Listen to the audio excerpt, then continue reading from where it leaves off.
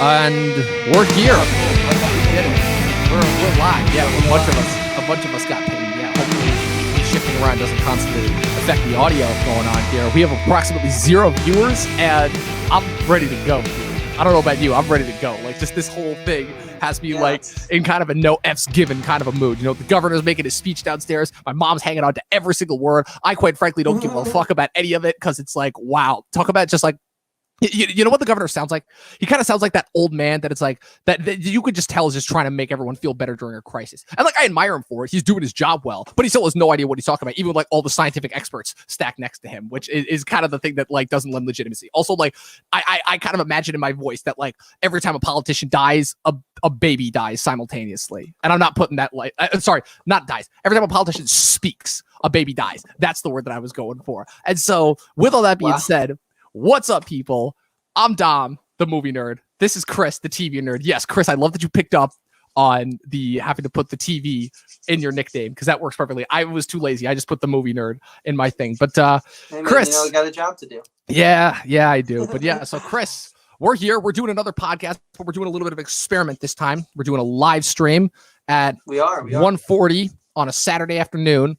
Hopefully some people actually start to realize it.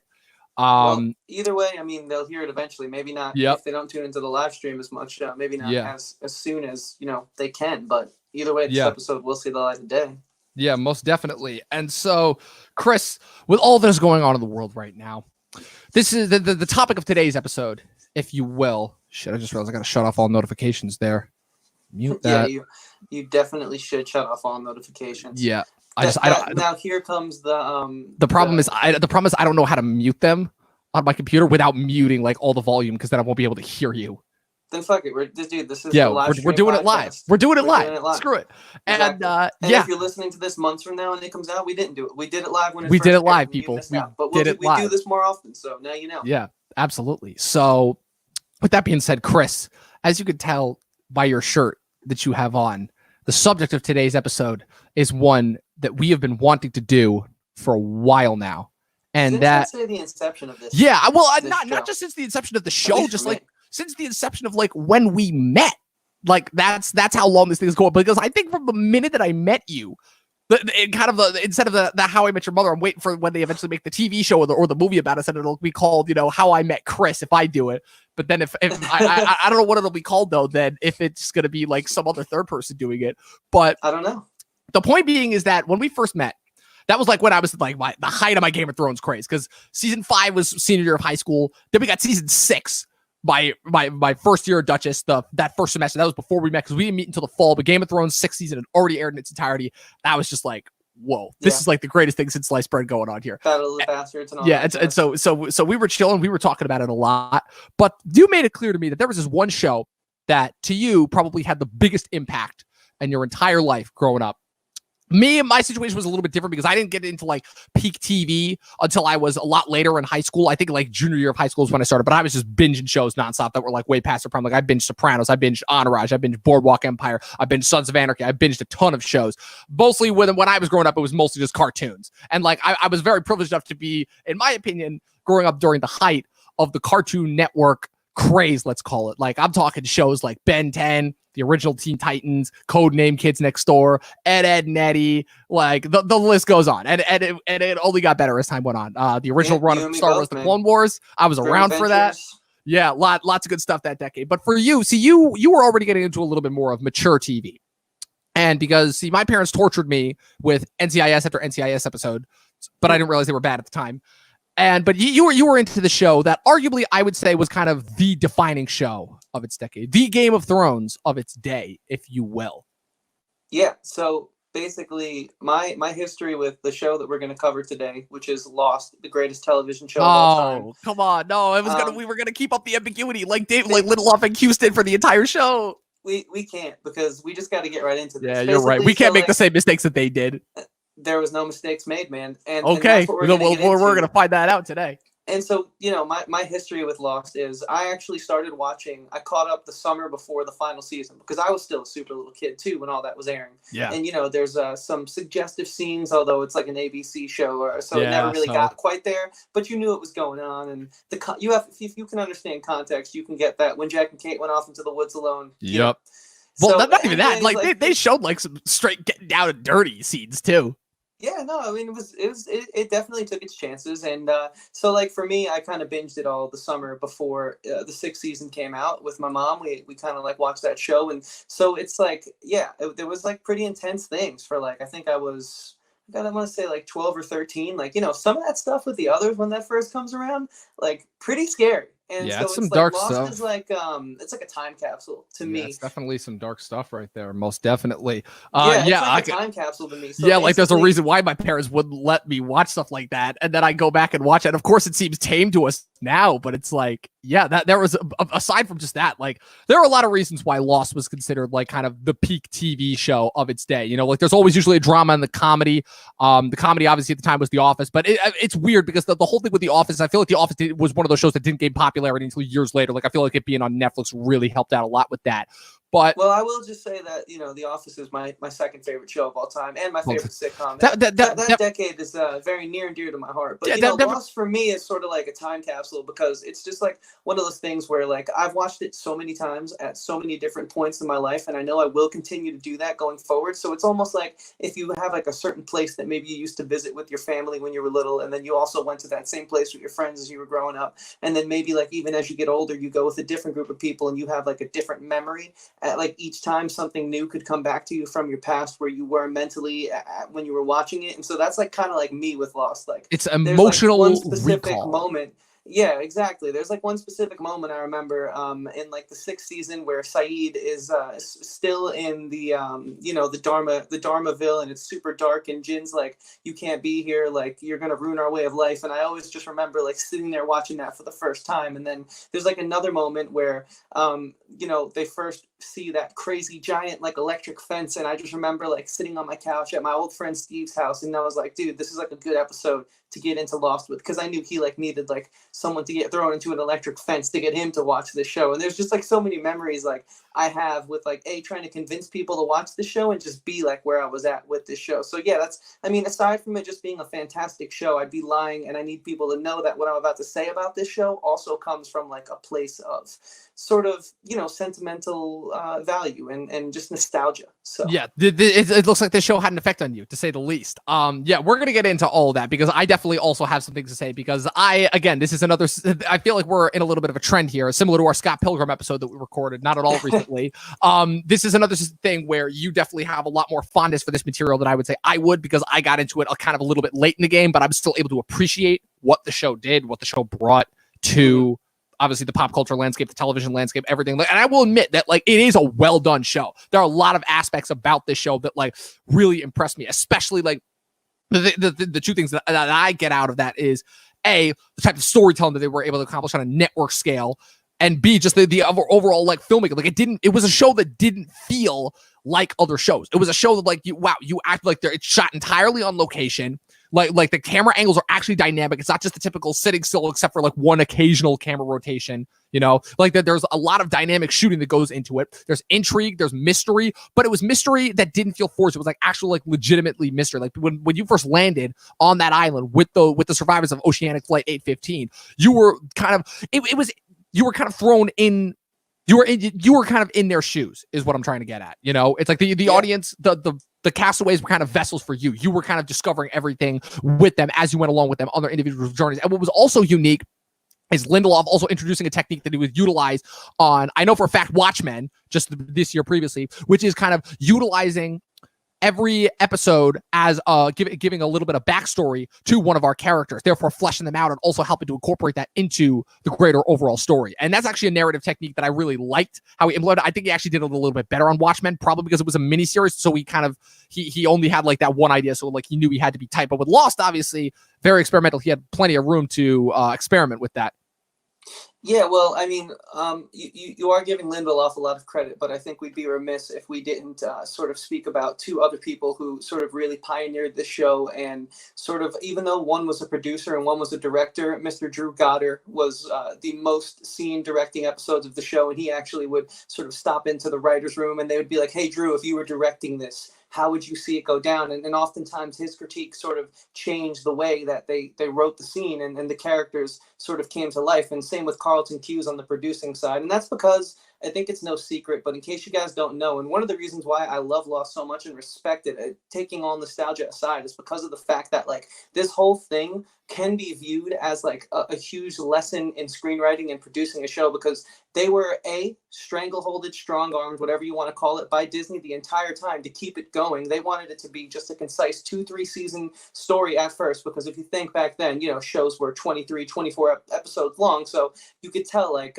maybe a 6-season Netflix show in that time length. And B, they really never had an ending in sight because of all this. You know, they were sort of always trying to make it up on the fly in between seasons, and even, you know, when the writer's strike came, even then they had to like readjust. So that this show has been through so much. But not just Damon Lindelof, like even though J.J. Abrams sort of helped get the pilot off the ground, and he was like on set, and he shot like the first few episodes, but he kind of quickly left, and a lot of people don't know that. They really like to credit him, but like he was confident in Lindelof, but Lindelof also had, you know, Drew Goddard and Carlton Cuse sort of always hanging around and really helping him bring it to life. So I think the three of them, when I think of like the creative team behind Lost, I think, you know, of course Lindelof at the helm, but I think those two guys are right there with him. And I mean, dude, you know, this was like almost barbaric the way that ABC sort of forced them to keep going. So that's why, you know, see, I actually wanted to bring that up. I wanted to bring that up actually because I don't remember the name of the. I feel so bad, but I think the channel's name was Rite. I think was the channel that I sent you. I sent you a channel list of like videos that kind of broke down every season.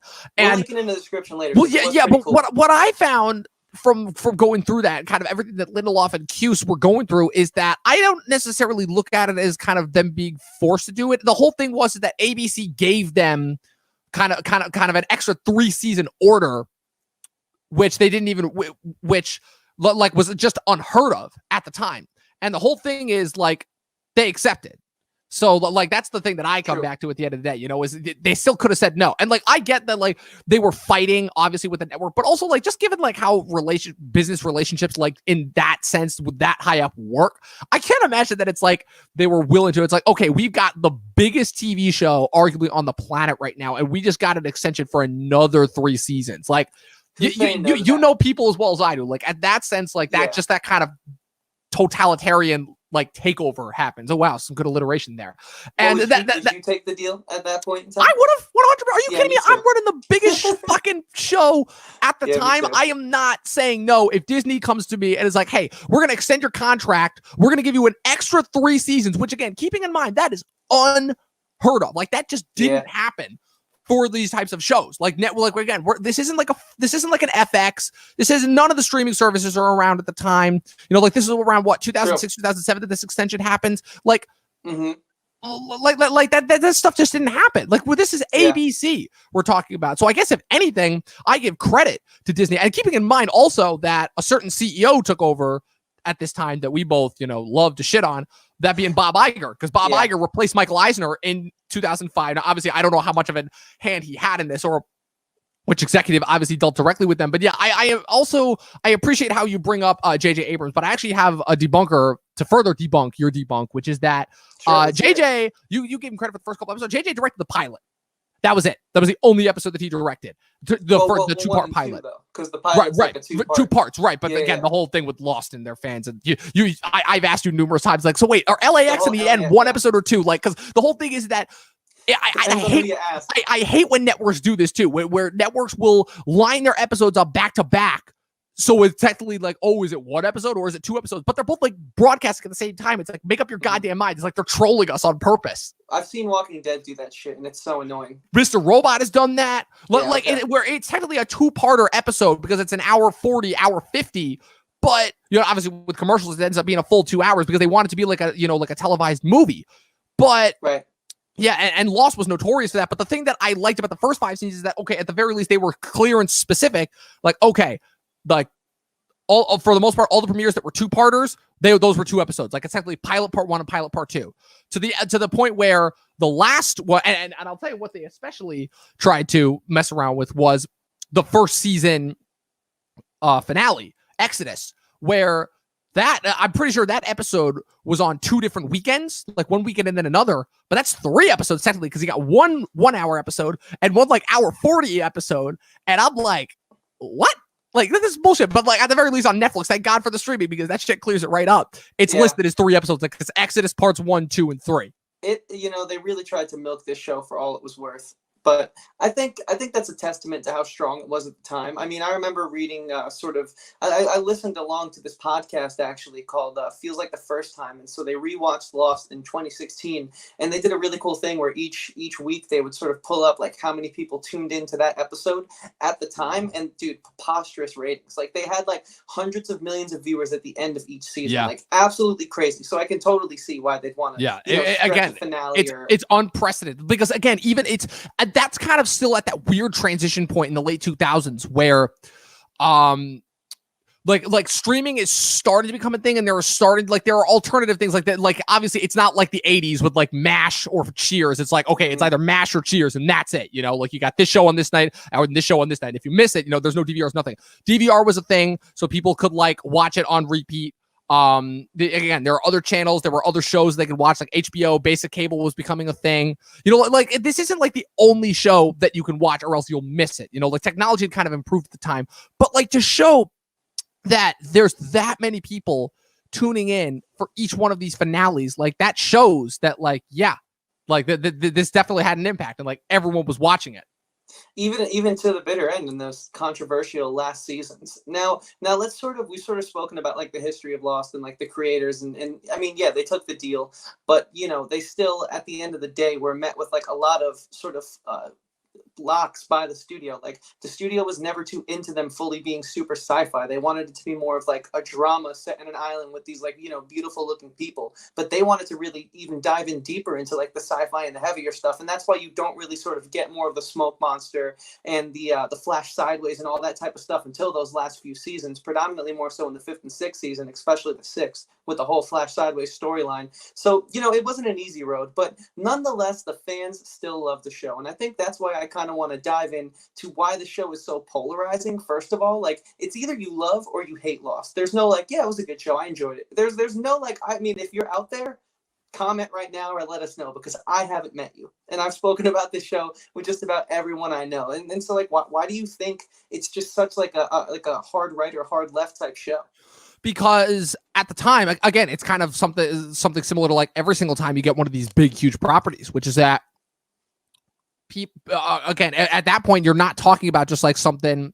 The key difference to keep in mind, obviously, about easily as far back as now, 10 years ago, which is when Lost ended, and now is that now there are so many different options when it comes to this sort of thing. Like, people have newer. There's so much stuff that it's like.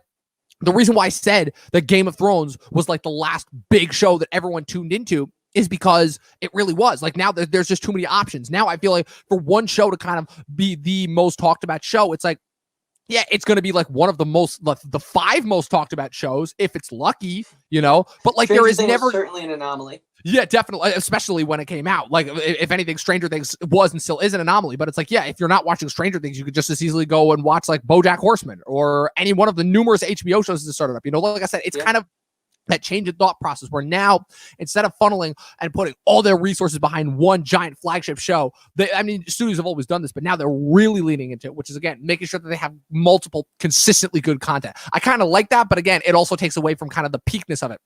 And that, I think, is why going forward, you're not going to see a situation like Game of Thrones, like Lost, like Seinfeld, like Sopranos, all these shows that were like the show to watch. And therefore, everyone was disappointed. I still have a hunch that most of that disappointment comes not from the actual finale itself and the quality that went into it, but just the fact that people were having to say goodbye to certain of their shows. And all they needed, very similar to the times we're facing right now, was just that little bit of disappointment, and boom, millions of people are blowing up. Add the internet to that years later, where that seems to be just the climate of everybody blowing up, and boom, there you go.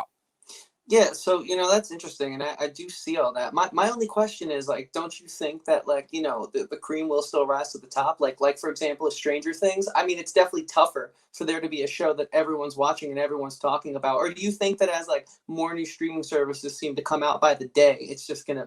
Do you I think think it's too that subjective even? at this point. I Yeah, really do. I think it's too subjective at this point. Where think about it this way, because now we have the internet, and now everyone has a voice, and everyone can have like their one favorite show. Like that's the whole thing. There's plenty of options. Put it in this perspective. The streaming and the television world right now is like an all-you-can-eat buffet. It used to be like, okay, so you've got true. this one restaurant and it's the best place in town.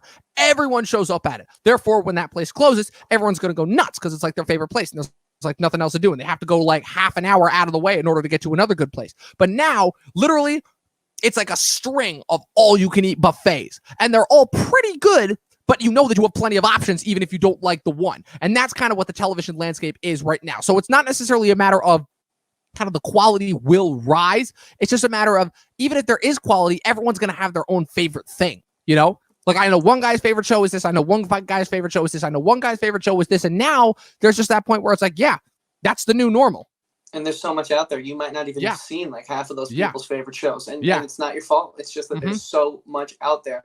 And, this also kind of feels like sort of like the relationship between like, Jack and Locke, in the sense that, like, yeah, I see what you're saying. I kind of have a slightly different opinion, but like at the end of the day, we're both sort of like, aiming for like the same goal. You know what I mean? To sort of like watch more television and find more television, but we sort of have like a different view of how it's going to rise to the top. And so like that's the thing about like even this conversation with Lost, it's like splitting us in like two different directions. Because I hear you, and like I still think though that the cream will rise to the top. So like with that being said, like, do you think that some of like the way that Lost sort of played Jack and Locke against each other, do you think that they knew what they were doing? Because I've always like loved asking people who like study this type of question, because they very much so ushered the audience, in my opinion, to either far left or far right. You know what I mean? Yeah, do you think that they knew what they were doing by doing that? I'm actually glad that you brought that up, because what I think it comes down to is neither.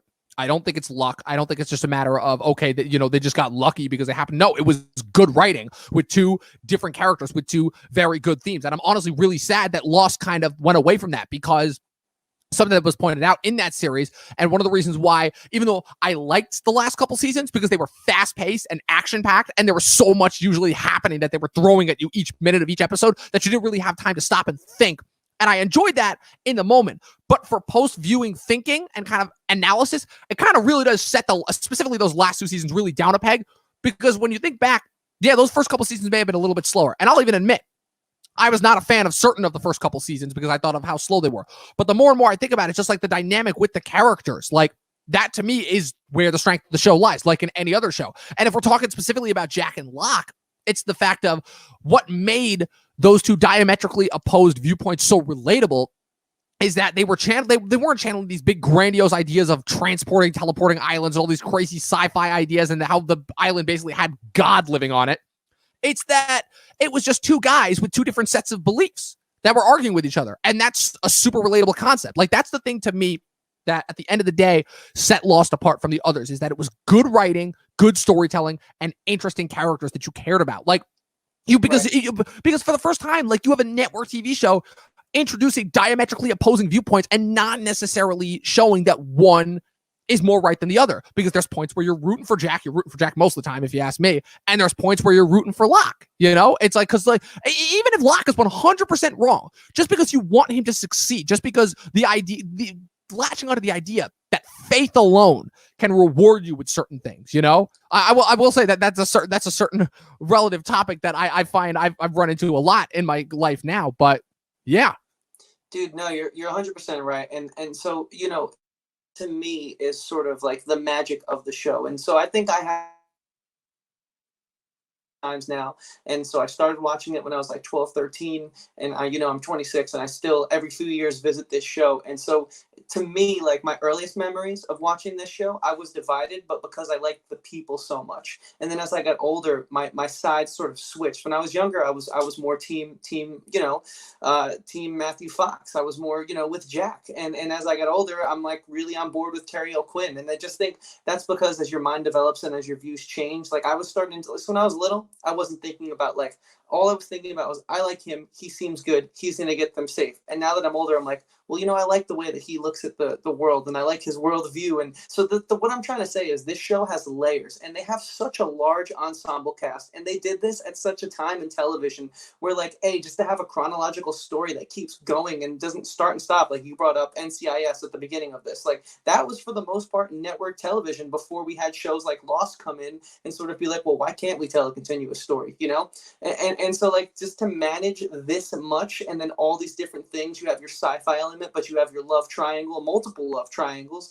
Like, dude, they had such a tall order with this show. And so, yeah, I think you're right. I think that's part of the magic. And I think that's why people expected too much, because there was just, this is a perfect storm of amazingly, like, everything that's gripping you in is everything that's too impossible to conclude in a way that makes everyone happy. Yeah, most definitely. And I think that was a problem that Cuse and Lindelof realized early on. But what they also had on their advantage, obviously, which, again, even as recently as 10 years ago, very similar to what we talked about on the Scott Pilgrim episode, like the landscape and just reception and reaction to TV had just changed. It was still so different. But I think Lost is like one of the catalysts for that change. Like, I don't think 100%. Breaking Bad see the same success that it had, hadn't we had people got used to that, like, cool, so I'm going to wait all season to pick up where we left off, all summer to pick up where we left off last season. Yeah. It was definitely, I would very much attribute, everyone gives Breaking Bad kind of that credit for kind of the idea of peak TV, where it's kind of bringing that back, where it's like, oh my God, you have to watch that. But I would argue much more so that Lost kind of kickstarted that way before Breaking Bad ever did. And I don't think Lost is alone in doing that. No, there was other shows not at all. Too, like Firefly got canceled, but that was certainly, if they would have kept that going, that would have been like the same structure. But I think like the success of Lost, because again, like Firefly got canceled around that time. Audiences weren't that in tune to that sort of kind of world continuing, not just being like a start and stop Buffy the Vampire Slayer type thing, So like, like Lost, to me though, it kind of, I think, opened up like just this whole new avenue of the way that we and appreciate, TV, and also like the quality of which we can produce television as well. Like Lost is so cinematic, and you can even see that even more as we get to like the fifth and sixth season, especially. Like, yes, maybe there is a dip in quality of writing. I'm not going to debate you on that, but like at the end of the day, though, like the show's attention to detail and cinematic quality, set design, I mean, that got more grandiose, almost rivaling movies for what they were able to do back in like that early decade. Would you agree with that, or what's your take? Yeah, 100%, 100%. And again, taking it from like kind of a mythology standpoint. Like, I don't know if you probably knew this, because I don't think I've ever seen a bigger Lost fan than you. Obviously, kind of the idea that like JJ and Lindelof were kind of they literally just like made out a list of mysteries and concept ideas in like the original, I don't remember what it's called, but it was like a Lost pamphlet that contained like every single idea that they had for where they wanted to inject the mythos, and like the fact that like the JJ Abrams mystery box TED Talk that he did around this time. Yeah, I think I forgot the name of the manual, but it was something along those lines where like they had ideas for where the mysteries would go into, and kind of, but what it does really well, again, it's both J.J. Abrams' strength and weakness, and I don't know how much credit J.J. gets and how much versus how much credit Lindelof gets versus Cuse and all those guys, which is kind of the setting up of the mysteries. Again, it's something that unfortunately we kind of know now after seeing The Rise of Skywalker that JJ is great at setting up stuff, but not so good at following through. Yes, not so good at following through at all. And he was only on the first 2 episodes of the show, as you told us earlier. Yeah, and it's a great pilot. It's a great pilot. So I guess just kind of my thought process around that is that, okay, they had 2 different options that they could go in. Mm-hmm. They could keep it strictly a Survivor show with kind of the more mystical sci-fi elements in the background. Again, playing it very smart, which is exactly what Game of Thrones did. Keeping those elements were always there and in the world and part of the setting, but that's all that they were. They were just part of the setting. They were just part of the background. Same thing with Lost. I feel like, and now again, this is me coming from it, having only just finished the show for the first time, from my analytical perspective, from what I've seen, I think that had they maybe focused more on the survivor's journey and kept it more relatable with the characters, as opposed to diving into kind of more of the sci-fi elements, I feel like that could have given them more time, I think, to kind of come up with them, conceptualize them better, figure out how to incorporate them better into the story, and therefore kind of lead up to a better finale. Because again, it's the thing about the last 3 seasons of Lost specifically that's so frustrating. Again, my problem, some of the more critiques that I'll have with the whole show, but specifically with the last 3 seasons that's so frustrating is that all the ideas, all the seeds for great ideas are there. You know, like they're drastically shorter than the first 3 seasons. They flow like crazy. Like it is so much for me. I found it so much easier to binge these last 3 seasons than it was to binge the first 3. I think the action is stepped up. I think that the stuff that they're bringing up is interesting, like kind of like the different like the show establishes it's a really great iconography. Like you're right. The images that are in that show are very, very memorable to me. Like the Dharma, all the different Dharma signs for me, I think specifically, and again, maybe because I just finished it, but the temple, like all the different stuff, like how they placed the position, like the mise en scène, specifically with the wides, it was impressive to say the least. I'm like, holy shit, like, for a network TV show, I got to give this stuff a lot of props. But again, it's a situation where they were kind of making it up as they went along, and definitely having the idea. Showed in that last season too, I would say. Yeah, most definitely.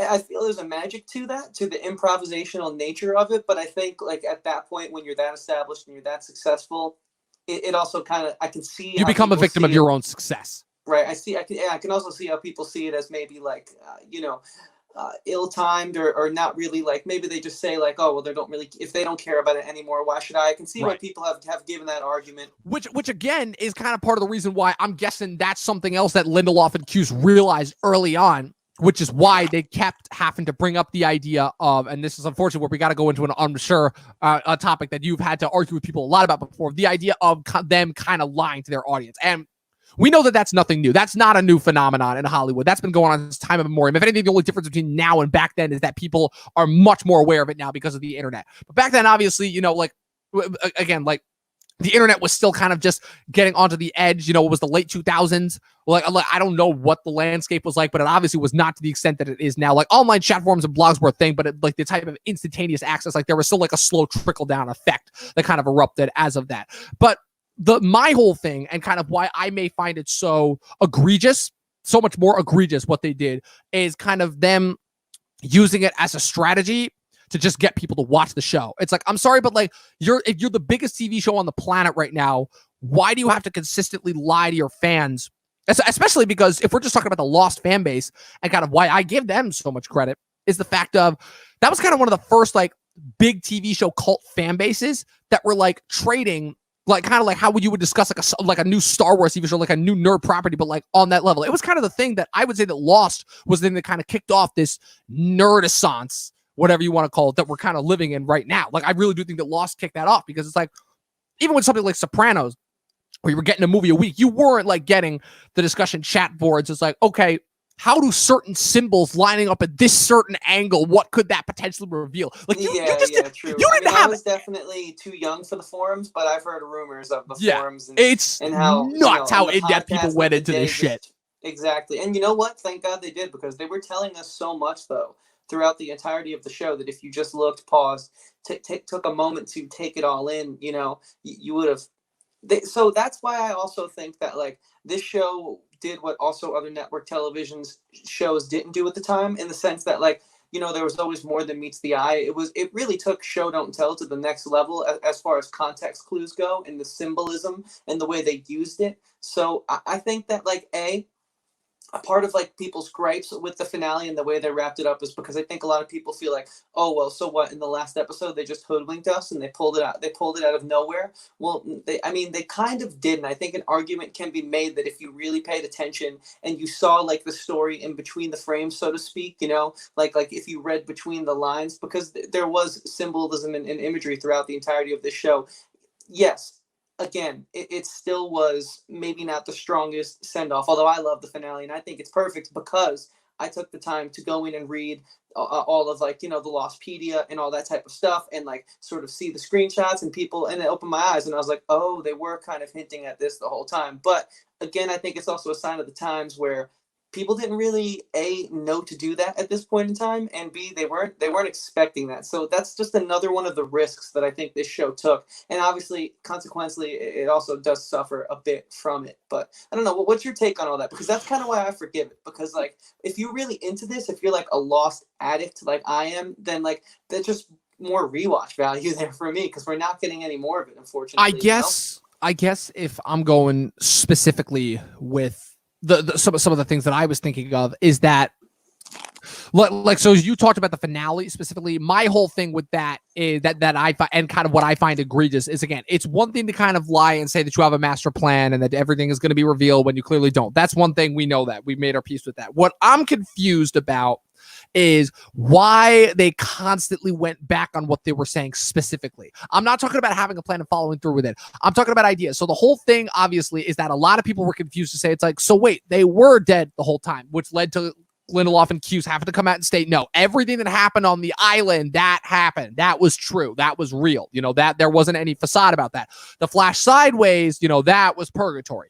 And they're like, the problem is that like 3-4 years ago, Lindelof specifically stated that, yeah, we're not going to do anything like that because people will see that as cheap and people will see that as a cop-out. So it's one thing when you have people saying that, but when it's the show's creator admitting to the fact that that type of an ending is a cop-out and then doing exactly what he said would be a cop-out, that I feel like is where the frustration comes from. And that, to me, is way more understandable and relatable. It's like, okay, well, again, it's not just some schmuck online who's saying that. This is the show's creator. This is the guy basically admitting, yeah, that thing that we said we were going to do, yeah, we changed our minds. We just did, we just didn't do that. Yeah, no, okay. So I've obviously thought about that a lot. And so I have two opinions on this, right? So as a fan, I'm kind of right there with you. But then as a creator who also is a fan of the show, I mean, there's so many times where I write a song and then 6 months later, I'll listen back and I'll be like, oh, there was an opportunity there for maybe this instrument or this or that. But when you're in it and when you're in the moment and the energy's there and, you just like, you're so close to the end and it feels so sweet because you've been working on it for so long, you sometimes miss things. And especially with how much of a tall order Lost must have been. So like, I come at it from two sides, but I'd be naive if I was to say that like I didn't at least recognize the frustration and I can see it as legitimate sort of critiques that like you and many people have told me. I personally, it doesn't bother me that much because like the ride for me was way better than the destination. So that's like another reason why I forgive it. But yeah, I can understand that. And the last episode isn't my favorite, but you know what? I think that the thing that it does the most is honor these characters who I love so much. I mean, dude, there are characters in this show who are like, fourth, fifth, sixth, seventh, like most important characters that I love more than other shows that are my favorite shows. They're leads. That's just so, like I can forgive a lot with this show. And like I said at the top of this episode, keep in mind, this comes from a bias. It is my favorite show. Right. And I understand all that going in. And which again, is I feel like why I'm kind of unable to understand a lot of complaints about this a little more, because again, this is not my favorite show. I didn't watch this growing up. I watched this kind of like just as seeing like how this is an essential piece of American pop culture television, must watch, or in this case could have been, because I still do think that there are certain elements, specifically in the later seasons, that to me not only break some of the and not only break with some of the things that the show set up and then just went in a wildly different direction, to the point where it almost feels like it's a trend and a feeling that I've kind of gotten now in a lot of different media, which is that where every new thing feels like a retcon of the previous one. Now, in some senses, that could be good storytelling and, they work it really well. But in some senses, it's definitely a situation of like where, okay, we're just now getting into this new struggle that we have to make up, and it starts to feel less and less natural and starts to feel repetitive. Like that's an issue that I ran into with Sons of Anarchy. That's an issue I'm running into with this season of Ozark, which I just started watching and I'm only 2 episodes into. But yeah, so like, I guess so if that anything, kind of goes to like what I guess I was trying to say, and I'm glad you said that, because I can further chisel away at what I was trying to say about like how I feel about that 5th and 6th season in specific, because I think you kind of saw this coming on in the 4th season of Lost, but you still had some of that magic, because I think the writer's strike, which the 3rd and 4th season sort of went through, really benefited in that these were people who were new to the scene, people who were just trying to like make a name for themselves. So I think you got super high quality work on those 3rd and 4th seasons. It was different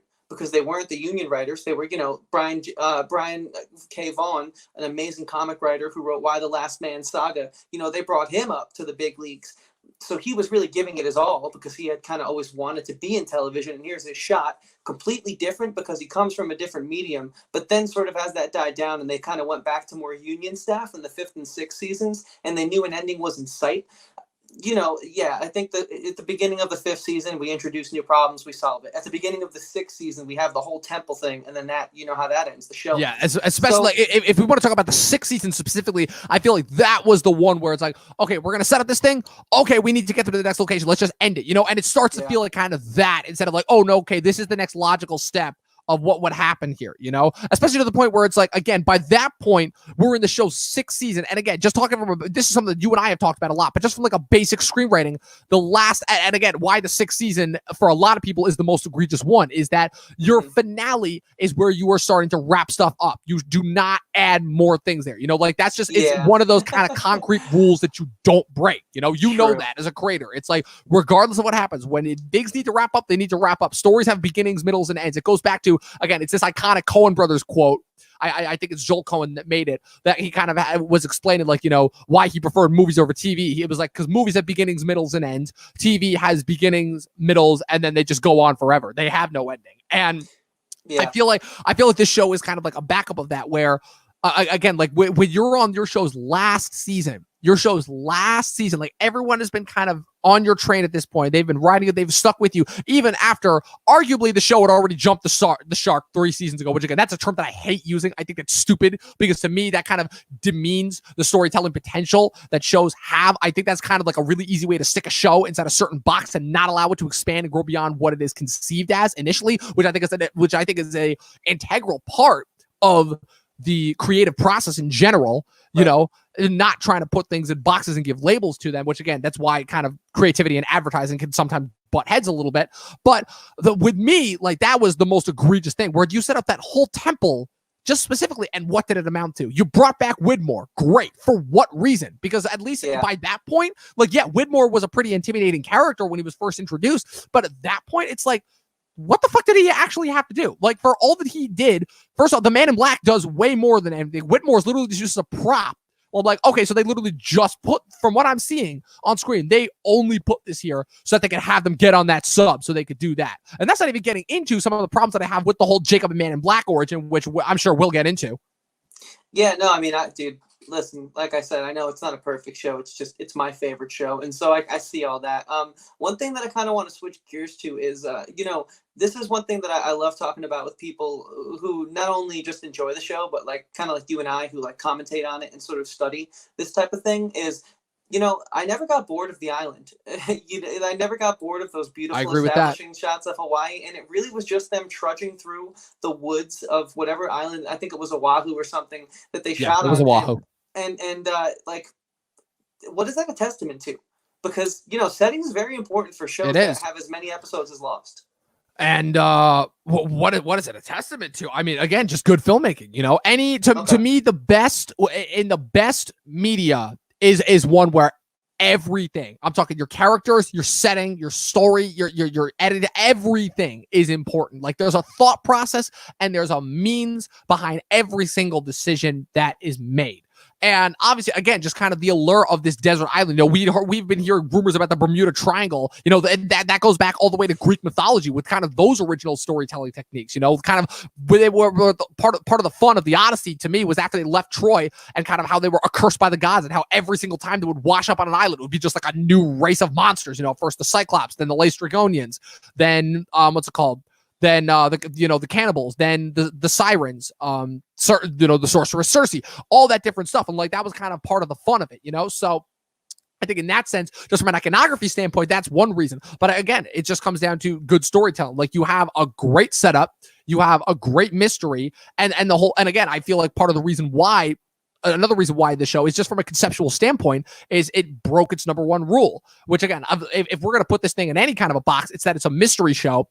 And it didn't solve any of its mysteries. So like from that logistical standpoint, it did not live up to its premise. That is not good storytelling to me. Tackling that from my perspective.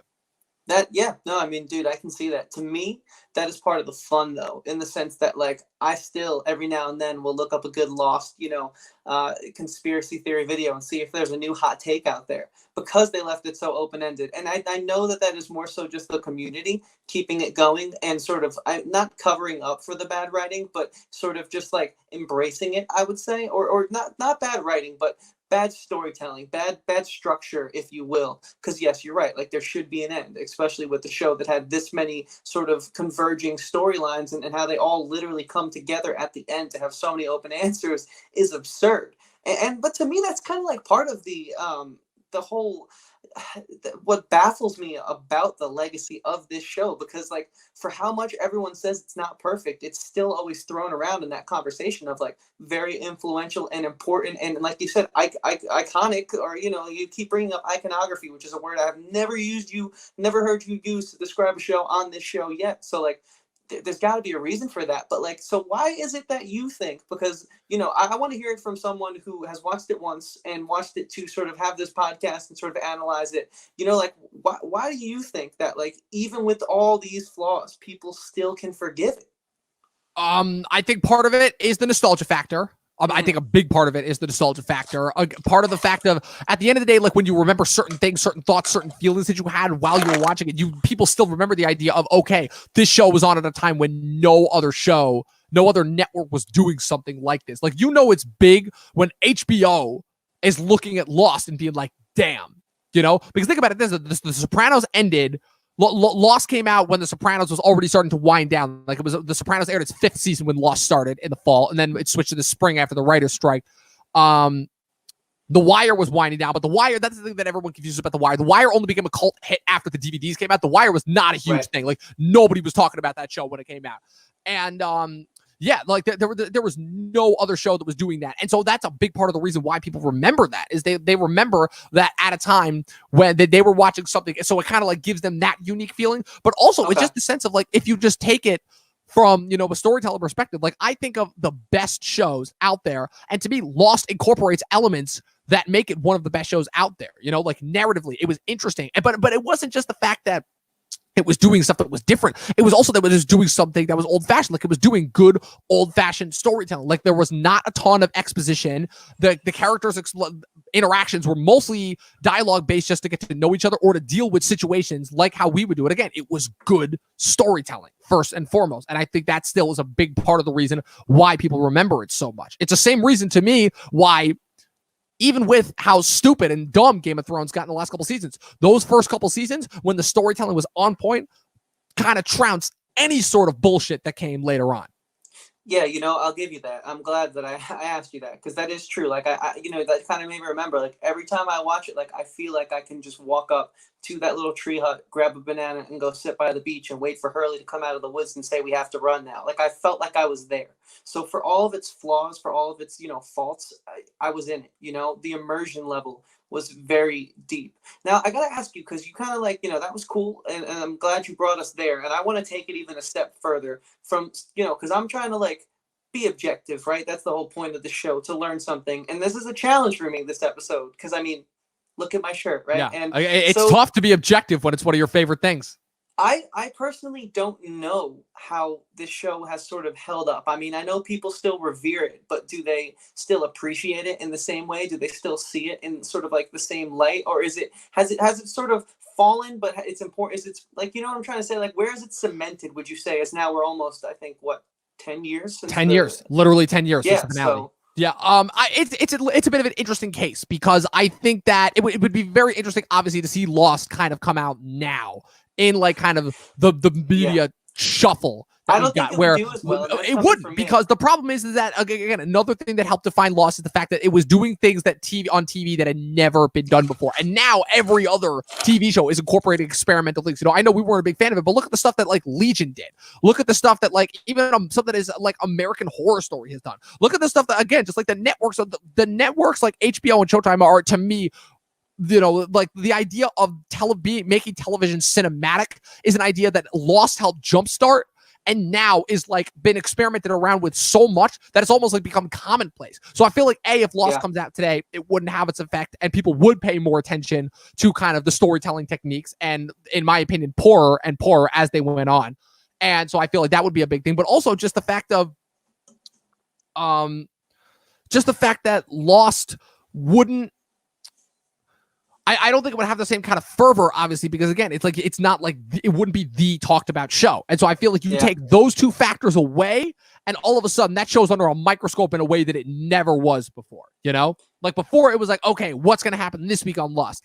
And today it would be a situation of where like, oh, okay, what's the next thing that's going to happen on Lost? You know, and even though I just said the same thing, those are two drastically different tones that I just had, and there's a reason for that.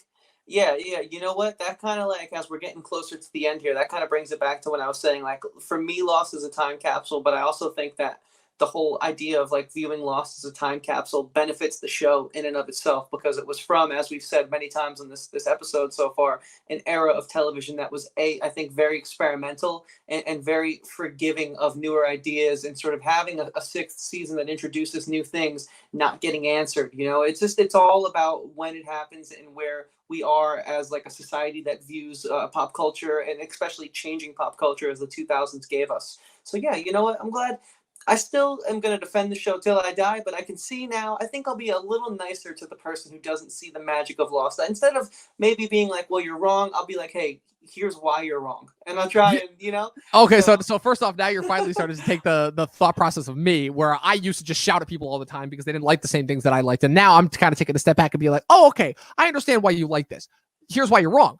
But that's literally what I say. I'm like, yeah, because that's why critics do it. And I'm like, you're allowed to like what you like, and you're not the only one. Like I said, I have my one show. Like Game of Thrones was my Lost. You know, like I watched that show every single week, and then when the finale sucked, I didn't freak out the way that everybody else said, because I'm like, yeah, it's over. It wasn't a good ending. Like, just from a storytelling perspective, it's bad. But you know, that doesn't mean that I'm not gonna stop liking the stuff that I didn't like. You know, kind of this whole thought process that everyone has. I feel like the prequels really started this trend badly, and I'm glad that it's a trend that's kind of started to go.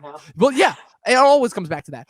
Because the prequels obviously kind of started this really bad trend that I'm starting to be really glad is going away, which is the idea that, oh, because there's this one bad part about the franchise, it ruins kind of the entire franchise. And I could not disagree with that more, because I'm sorry, again, it's the exact same thing. The last two seasons of Game of Thrones don't ruin all the great moments that I had during Game of Thrones, the same way that the Star Wars prequels, and more specifically the Star Wars sequels, don't ruin the overall idea and fun that I can get from Star Wars. And it's the same thing with Lost. I enjoyed it for what it was. I don't love it. I don't hate it. I don't think that it's great. I recognize it for being revolutionary, for doing the things that it did when it did, and for the stuff that I like, that I get out of it. You know, I'm not going to not like it. Like, I love the characters and the actors that they got to play them. Like, these are, for the most part, a great group of characters, one exception withstanding, which I'm kind of sad I didn't get to go into a little bit more of that. Actually, you know what? Screw it. I'm going to. I hate Jacob. Fuck Jacob. I think he's one of the worst characters ever written. I think he's one of the worst characters ever conceived of, just not only within the Lost verse,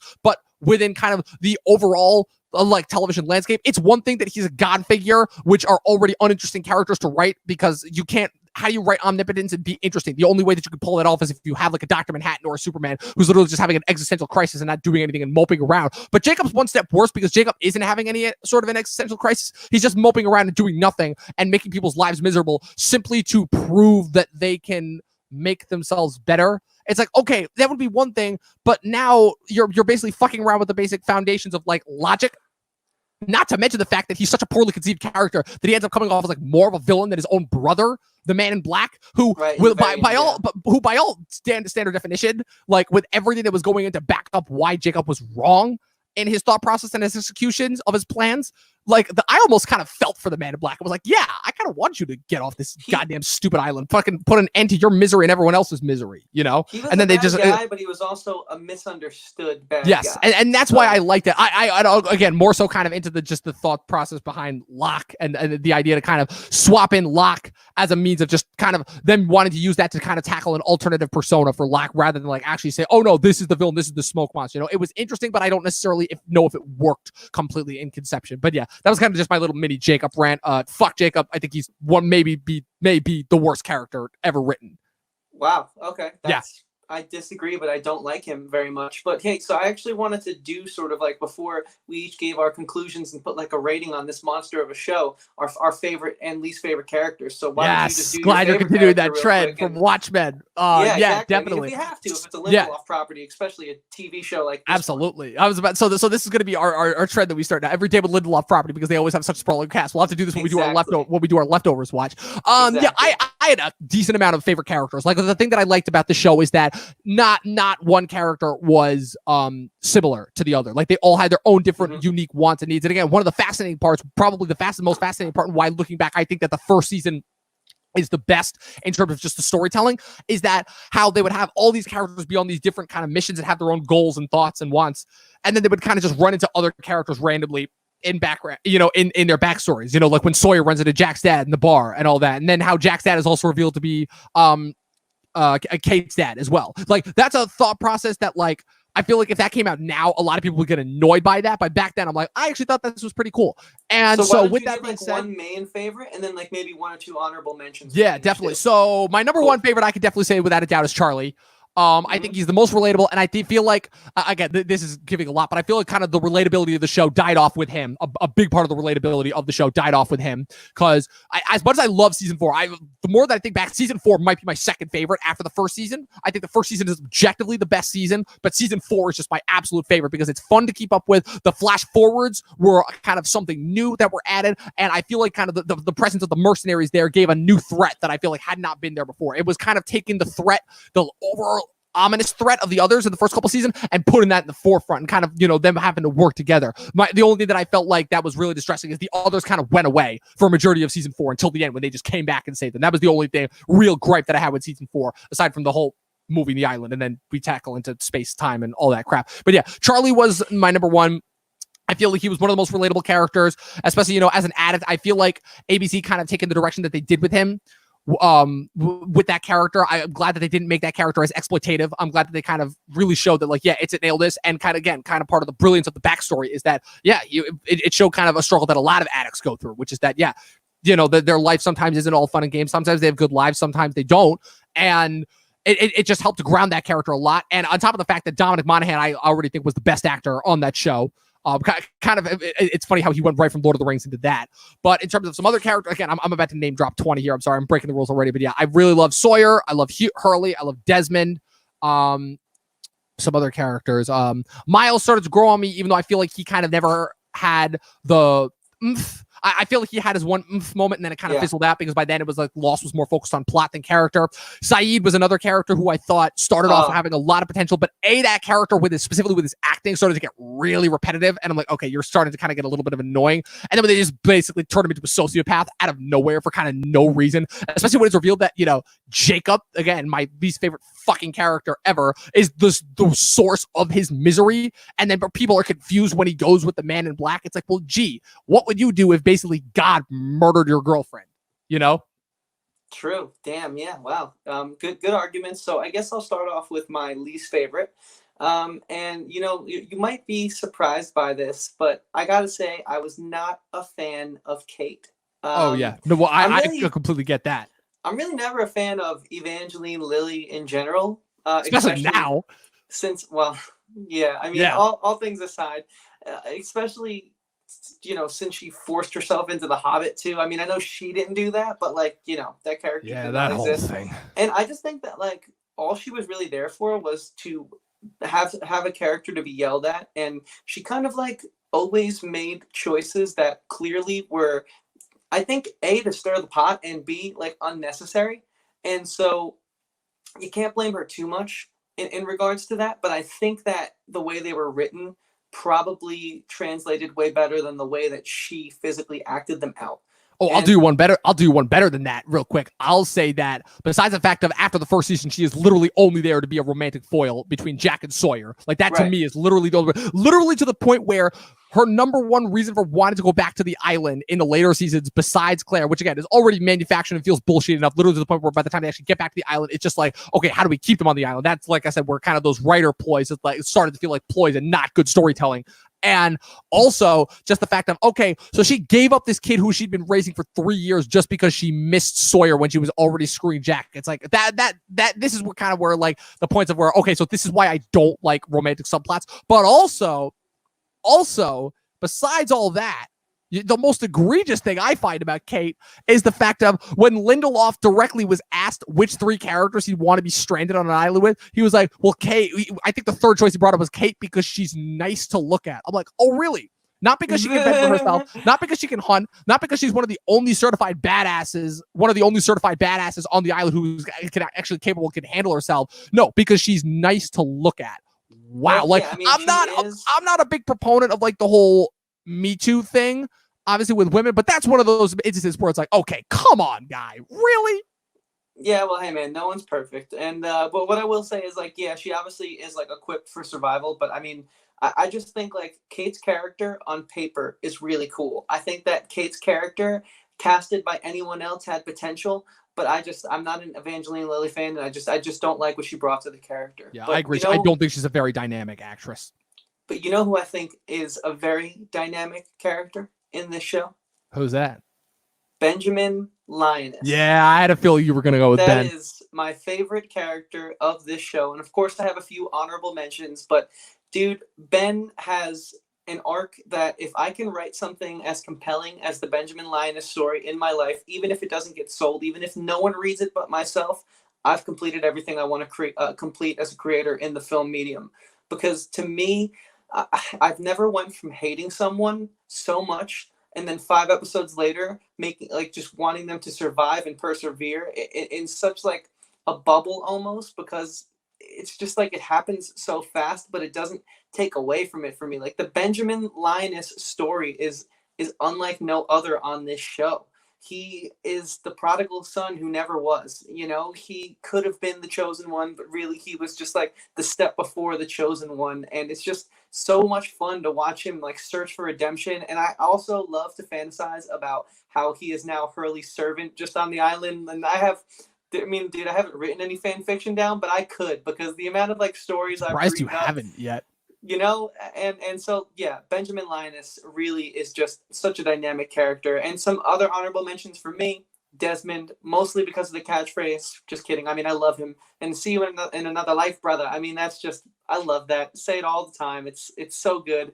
And I mean, dude, Desmond is just great. You know, Charlie, of course, he's my number 2. So. Not Penny's Boat. Not Penny's Boat, man. Not Penny's Boat for life. That's I will say that like for as slow and dragging as season 3 is, and I will admit of those first 3 seasons, season 3 is my least favorite. The more I think about it, oh man, that moment that almost made it worth it. I'm like, okay, wow, that is powerful.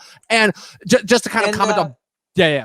Yeah. Sorry, I just had one more. My last one is Claire, because it's sort of like another journey like Ben's, and they easily could have taken sort of the Ben trajectory. I think at that point in time when Claire sort of went on her anti-hero journey, we clearly saw that like Ben turning to the light worked, but I'm glad that they sort of took it a bit of a different way and sort of gave her own unique fall from grace. I thought that was really cool and very interesting, and I think it was very true to the character.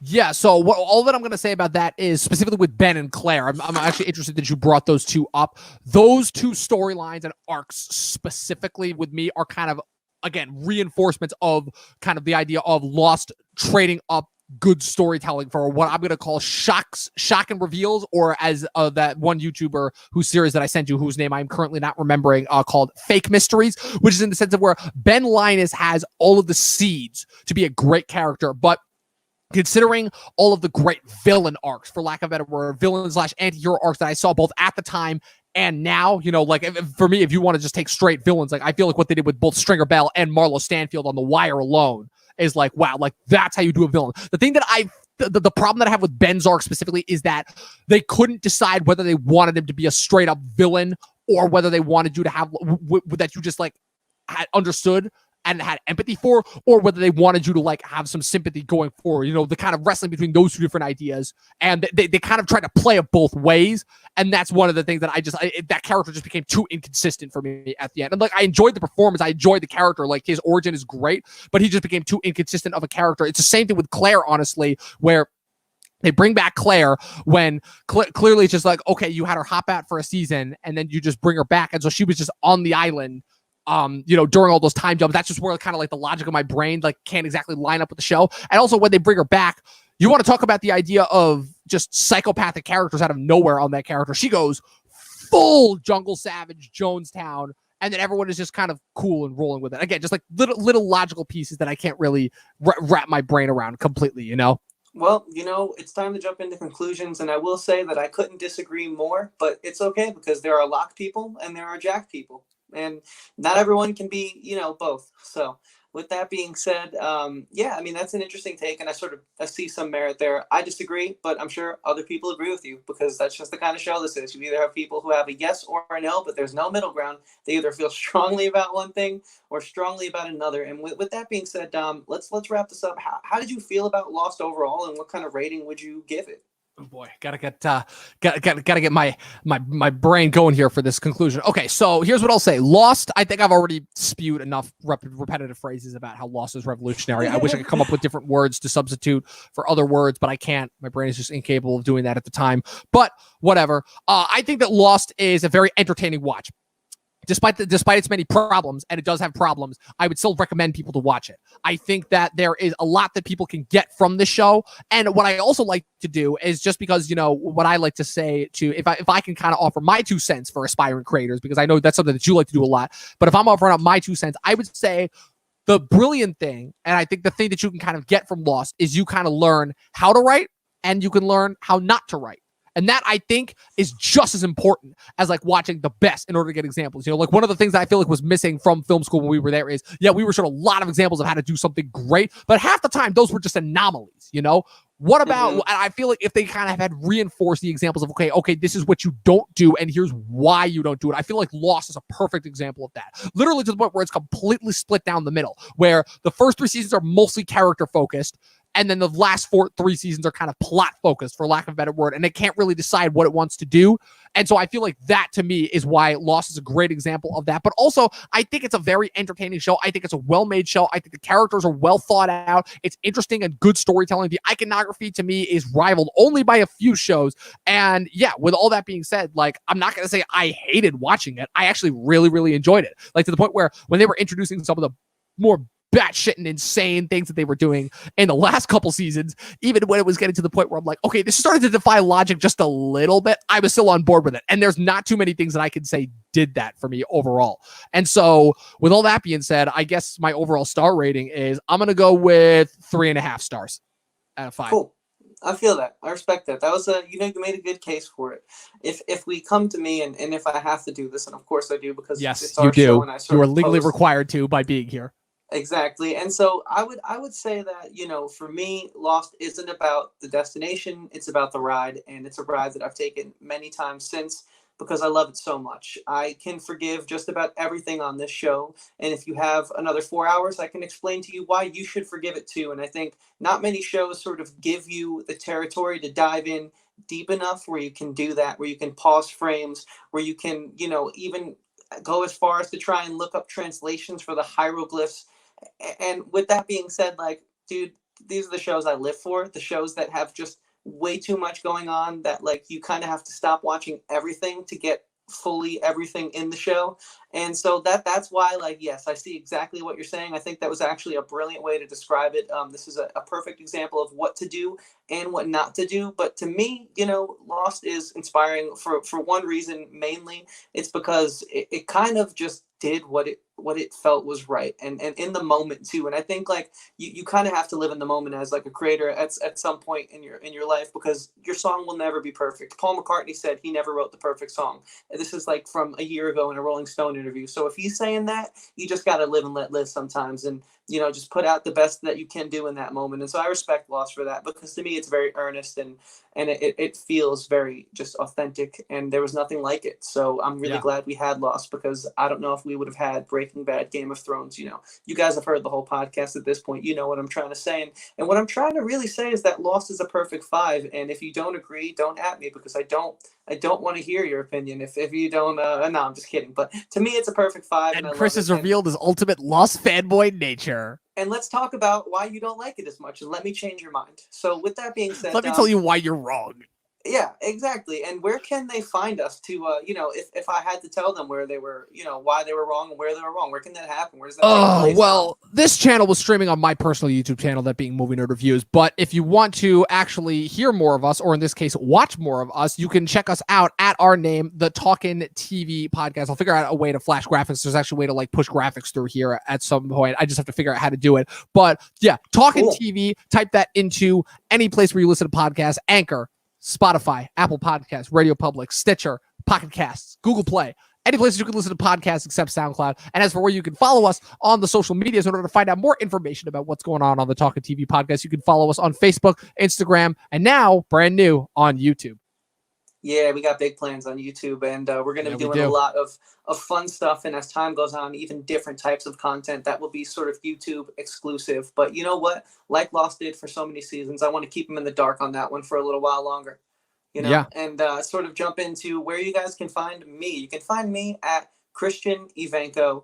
That's my first and last name. Don't wear it out. I'm on Instagram, Twitter, Facebook, all the good places. I make music. Just go to my pages and click the little link in my bio, because I have my own music, which is under my own name. I have my band. I also have another podcast, and I made this nice little link that consolidates it all for you in one place. So just go to any of my personal pages, click that link, and it'll bring you to anything you want to find. And hey, you know what? If you're there, I appreciate you for being there. If you're here right now in our live stream, thank you so much. And also thank you to everyone who's been listening to our podcast, Talkin TV. It really does mean a lot to me.